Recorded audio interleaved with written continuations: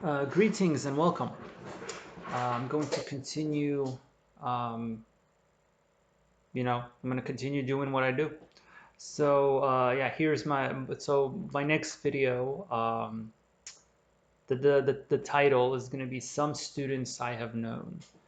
Um, I'm not going to say too much about myself, but just to give a little backstory. Um, I teach at the college level. That's my daytime job. um, and I teach math. So I'm just gonna leave it at that. I'm not gonna give any more details, but yeah, just yeah. That's what I do for a living. I teach math at college level, and so this sermon's is kind of about that. It's titled "Some Students I Have Known." So I'm going to talk about different types of students, specifically from one class I had many years ago, just how I can see different archetypes of students. You kind of see the same things over and over. You have the lazy student, the hardworking student, and all of these are different, types. And um, in the Christian life, it's the same way. You've got different types. You got different archetypes. You got different types of people. And so you just basically it's an introspective sermon. You have to ask yourself, which of these am I falling into? Which of these represents my life? And that's really what the sermon's about. So I have 4 points here. I have four different types of students. The first one is the arrogant and overconfident student. My second one is the irresponsible and bitter student. My third one is the lazy and careless student.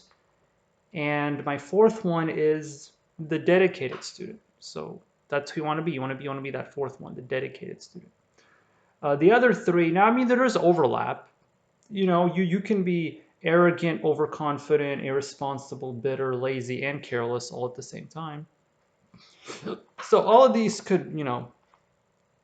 are various characteristics that people have, and you just want to avoid the bad ones, right? You want to be a good dedicated student. You want to serve the Lord. So this is the title of the sermon is Some Students I Have Known, and I'm just going to kind of detail. It's going to have a lot of illustrations. It'll be a little different from the usual. I think this sermon's a little easier to understand. It's not as deep, as the stuff that I normally do. I think this one's a little more understandable. So first, I'm gonna read my first verse, 2 Timothy chapter 2, verse 15. So 2 Timothy 2:15. Let's go there. Oh wait a minute. Yeah, 2 Timothy chapter 2, verse 15. Study to show thyself approved unto God, a workman that needeth not to be ashamed, rightly dividing the word of truth.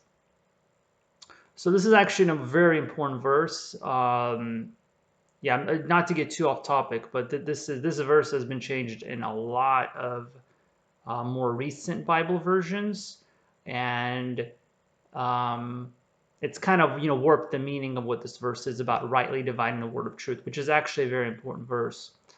But I'm going to focus more on the first half of it for this sermon.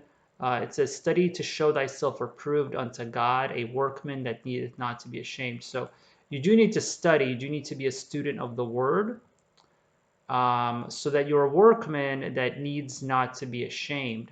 And plenty of Christians do not study their Bible, don't know the Bible, and they should be ashamed of themselves.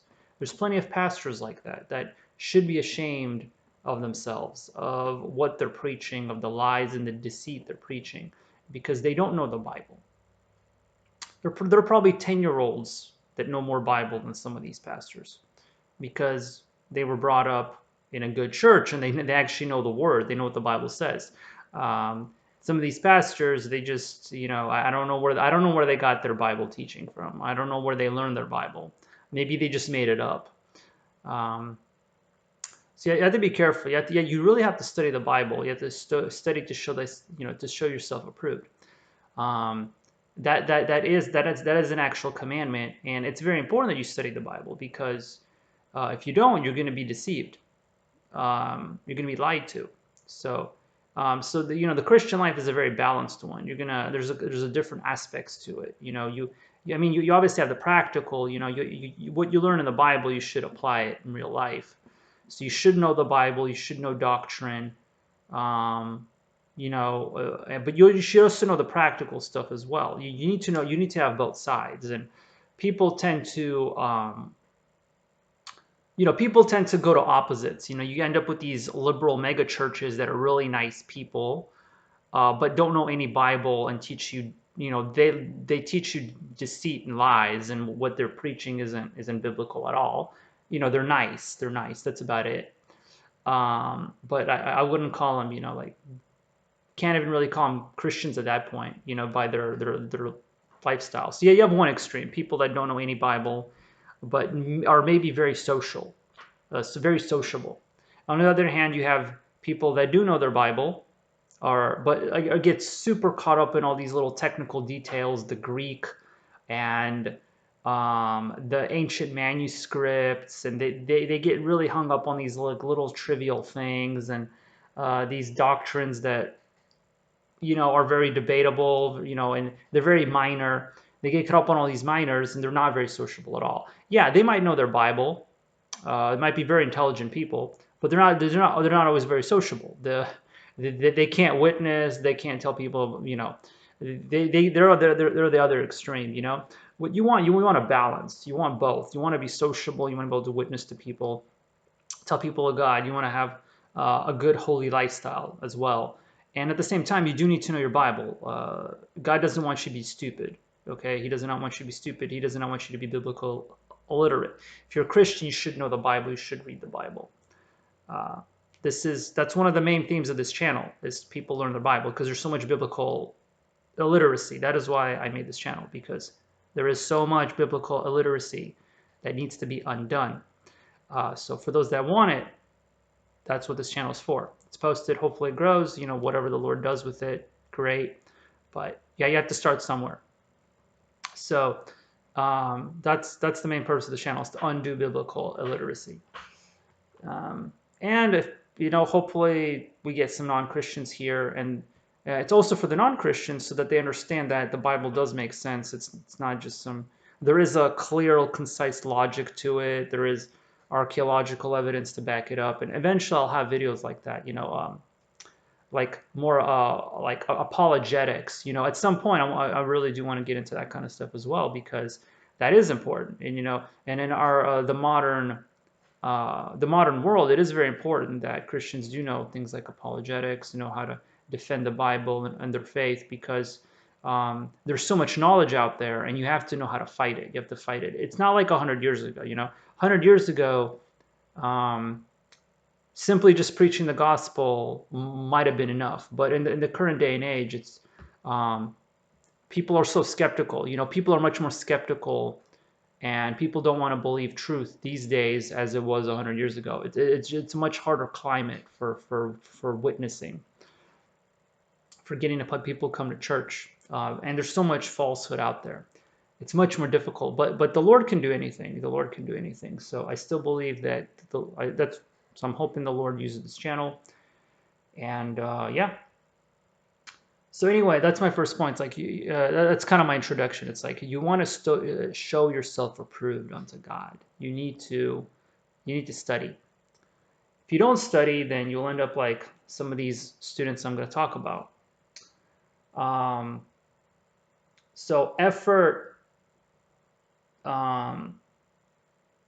is required. You have to put an effort into these things. It's not just going to come magically overnight. As a Christian, I mean, like some think it's a huge accomplishment to have read the Bible once. Like, you're just going to stop there. You read it once.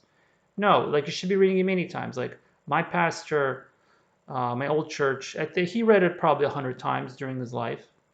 And he read plenty of other books as well. Now, I'm not, that might be excessive, I mean, that you read how much you feel like you need to, but I mean, if you think it's a Some people take pride, they read it once. Like, yeah, I know the Bible. You read it one time, you do not know the Bible if you just read it one time.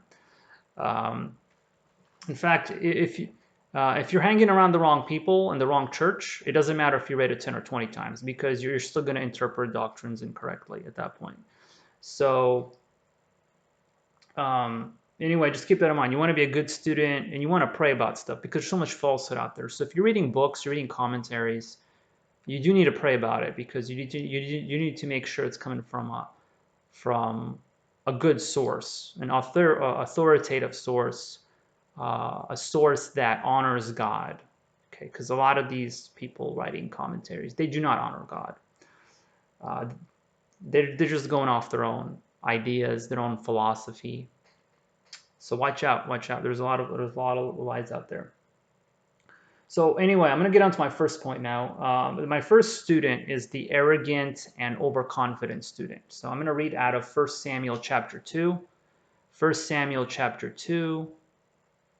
Let's go there.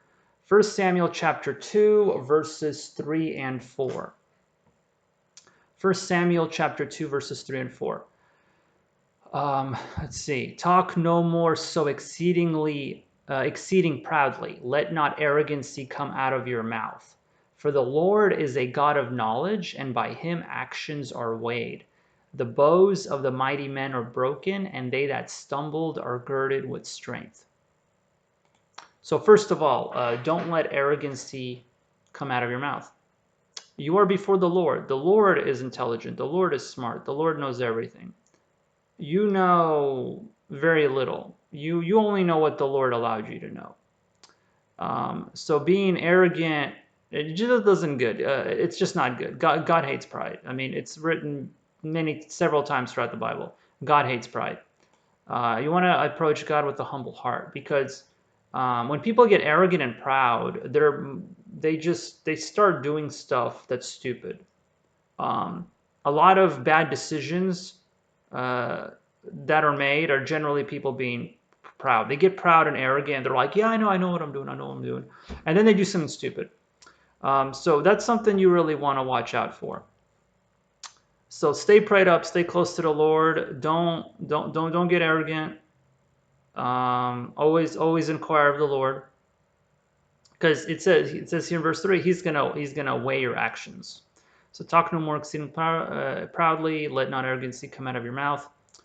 And they that stumbled are girded with strength. So verse 4, very, very interesting. The bows of the mighty men are broken, and they that stumbled are girded with strength. So the ones falling, the ones stumbling, are the ones that are girded with strength. So just because you're intelligent, you're strong, you know what you're doing, you're successful, you can still fall. Just be careful. You can still fall. Anybody can fall. And the higher up you are, the easier it is for you to fall. So you're not beyond doing something stupid. So obviously, watch out, wait on the Lord, and because you're only your powers are so small, weak, and finite. I mean, without the Lord, you're really nothing. You can't do anything. So always keep that in mind. If you stay humble, you will do well. So the student I'm going to bring up, a lot of these students were from like one class, but these are archetypes that you kind of just see throughout. So I had one student who, he was pretty smart. I think he was a pretty smart guy. He could actually so as you know, I teach math, so he was able to do a lot of math in his head. And one time I actually thought he was cheating on an exam, but it turned out no, he wasn't cheating. He was just really smart. And I was like, cool, yeah, you're a really smart guy. So he could do a lot of the math in his head. Didn't have to show his work. I was like, okay. So, but I mean, long story short, he failed the class. So there's a guy, so he's pretty smart. This stuff that I'm teaching shouldn't be that hard for him, but he failed the class. So how does someone who is smart fail a class? Being lazy and arrogant. That's pretty much it. Like overconfident, arrogant. They do. He stopped showing up to class. He thought like, I got this. I don't know why. Like he just decided he knew what he was doing. Stopped showing up to class, and then like every test grade I could just see it. It just dropped. Like every test grade just could drop. And by the time he got to the end, he couldn't even pass the class. So just being so I do see this a lot periodically. Students, I don't know if they're just lazy or if they're overconfident or a combination of both, but students that could have passed that fail because they think, oh, I don't need to show up to class. That's not important. I don't need to do my homework. That's not important. Like, no, that's part of your grade. You have to do that. And they just let things slip. They don't have discipline. And over time, some of them get lucky, some of them still pass, but a lot of them don't. The ones that don't come to class and then don't do their homework, they fail because that's just how math works. That's how the grading works. uh, they just end up failing. So, and the ones that come to class, someone that could be of average intelligence but comes to class and does their homework, they'll pass. They'll do well. Sometimes they might even get an A or B. They might surprise themselves. They might get a better grade than they even thought possible because they put in the effort. You put in the effort, you get better results. Now, we all have different talents. Someone might not have to work as hard as someone else, but hard work can make up for a lot. Hard work can definitely make up for a lot. It might not get you an A. You might your skills or talents might be so bad that you might not get the results you would have wished, but you can still get passable results, and that works for I mean that works for a lot of things in life. Like any hobbies or skills, like I have no musical talent whatsoever, which I hate. I wish I did. And I've tried piano, I've tried violin, I've tried other, I've tried learning some instruments, and I had to put in a lot of effort. And I mean, I got some results out of it. It took me a long time. I'm not, it would put I didn't think the effort, like I just gave up because I thought like I'd have to put in too much time to make this work. But I got some results, from putting in some effort.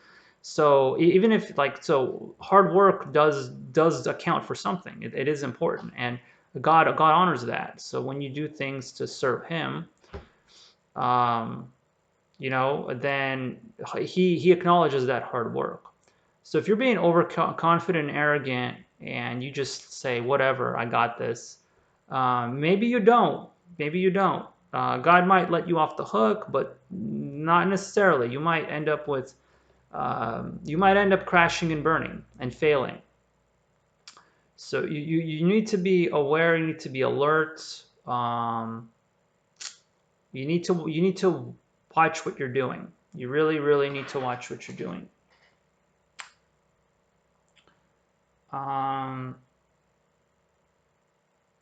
So yeah, so I mean, so intelligence, all of that, IQ, that's great, but without hard work, you'll just fail.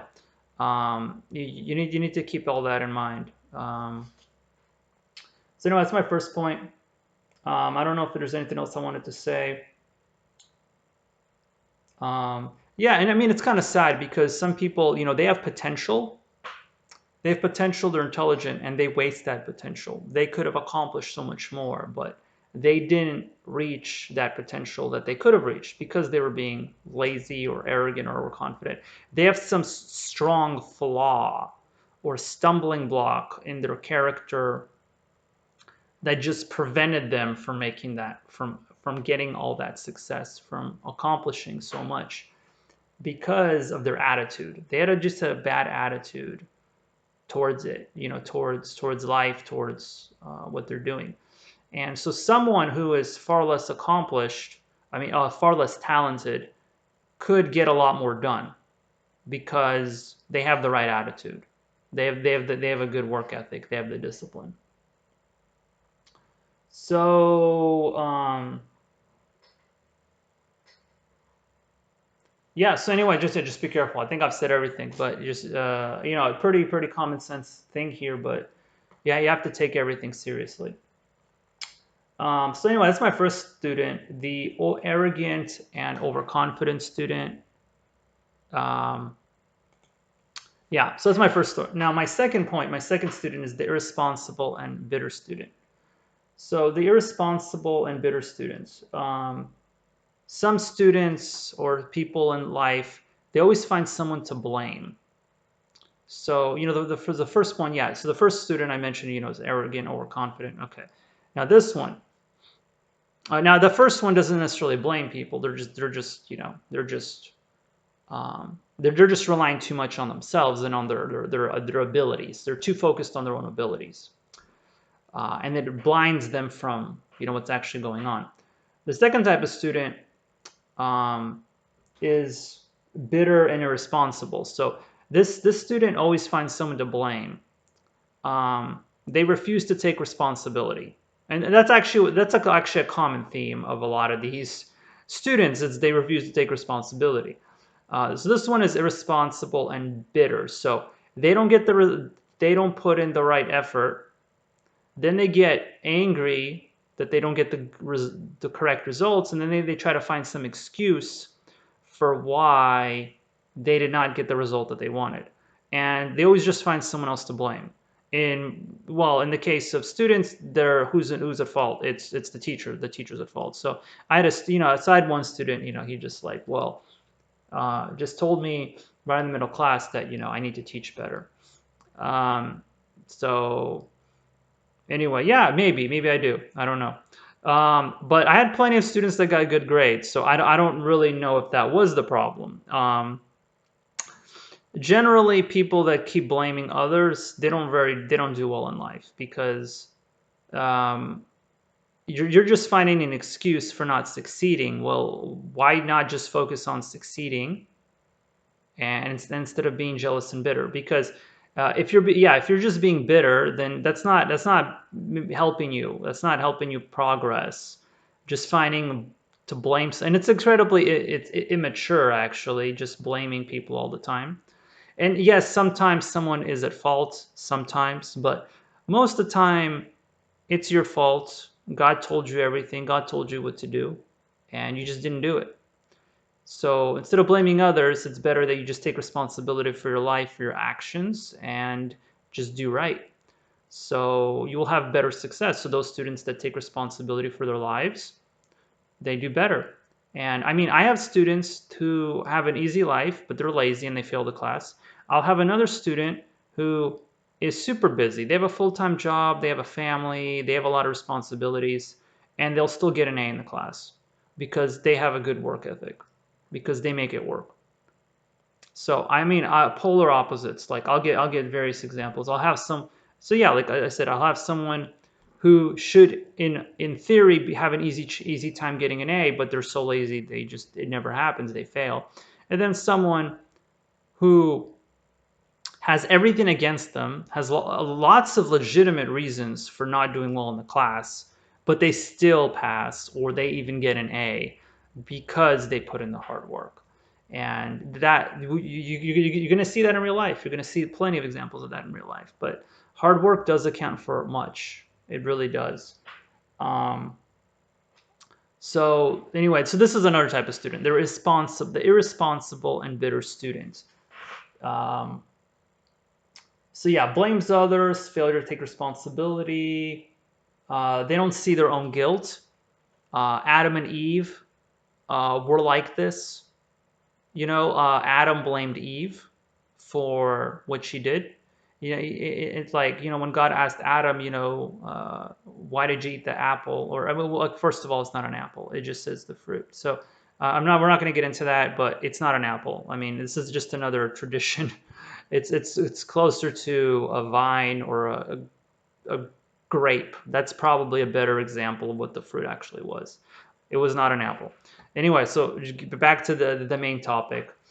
Um, but when God asked Adam, like, why did you eat the fruit off the tree? Adam blames Eve. Adam blames Eve, and Eve, Eve is going to blame the serpent. Eve blames the serpent, and then who would the serpent blame, or who would Satan blame? Satan would probably blame God. So eventually, it's always going to be God's fault. Because if you just go around the circle of like who's at fault, it's going to go back to God. So that's not good. So everyone, they're all blaming. So nobody's taking responsibility. Adam's not taking responsibility. He's blaming Eve. Eve is not taking responsibility. She's blaming Satan. And Satan, Satan's just going to pass it on to God. So it's just this circle of blame, the circle, never-ending circle of blame, of excuses, of people being bitter and irresponsible, not taking accountability for their life and for their actions. So that's simple as that. And let's see. So victory comes on the knowledge of sin. Yeah, so the conditions are awful due to their own sin. So why is everything bad? Why is nothing going well in my life? Why is everything so awful? Well, your sin could have caused that. Okay, I mean, yes, some things are trials and tribulations from God. He's testing you and all that, but it could be just your own sin. Your own sin. It's not always persecution. Okay, sometimes you're not always suffering for Christ. No, you just did something stupid. Okay, a lot of bad circumstances are from just bad decisions, stupid decisions, decisions where people weren't thinking. Anything involving alcohol, drugs, smoking, pornography, all of that was just bad decisions in life that just escalate and get worse and worse. And that's why you're in the condition you're in, because you got away from the Lord. And so the victory comes only after acknowledgement of sin. You acknowledge your sin. You acknowledge that it's your fault. You get right with the Lord. You repent, and then you can stop being irresponsible and bitter, and you could start being a productive person, productive Christian, productive, just a productive person in general, and just do right and take responsibility for your actions, and things will get better.